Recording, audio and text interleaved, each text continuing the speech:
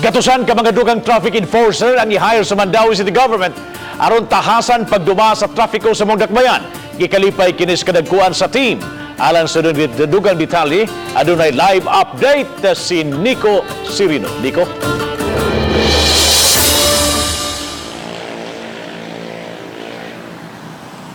Yes, Bob, gipasalig sa kagamahanan sa dakbayan sa Mandaue nga padayon nila nga tutukan kining suliran sa trapiko sa dakbayan nga gihulagway sa kadaghanan nga nagkabugat yun.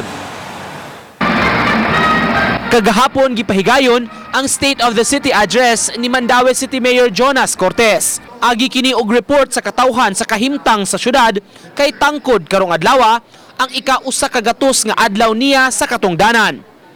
Usa sa nahisgutan sa mayor ang tinguhang pagsulbad sa trapiko ug pag-hire og dugang traffic personnel. Sa pagkakaron, 240 ang existing personnel sa team, layo sa ideal nga populasyon nila nga unta 500 ka mga tao. Minus sa kining naa sa opisina o katong sa kaman, tagtag mga minus 50. Naanay mga 190. Unya ang 190 will be divided into 3 shifts.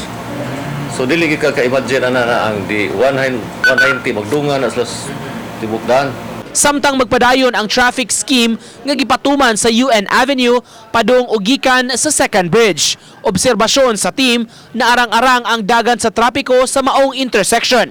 Apan mibalhin ang bugat nga volume sa highway labi na sa may barangay Magikay. Kini ang buot masolusyonan sa team. Usa sa temporaryo nga sulbad nga ilang nakita ang pagpalahos na sab sa mga sakyanan gikan sa ubos sa Magikay flyover aron di na musaka pa ang uban. Ang compromise is kanaron na highway.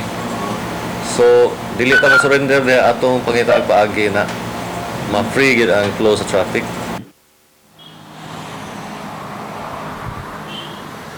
Gipasalig sa team Bob nga anam-anam o face by face kining ilang mga kabag-uhan nga ipatuman sa dagan sa trapiko sa dakbayan human sa UN Avenue area. Mi focus na ni sila karon sa may Magikay flyover ug ML Quezon nga intersection. Sunod ni ini nga ilang tutukan sab kining bahin sa iskina Paknaan ingon man sa may iskina sa AS Fortuna ug sa may highway Seno. Bob. Thank you so much, Nico Sirino, sa imong live report.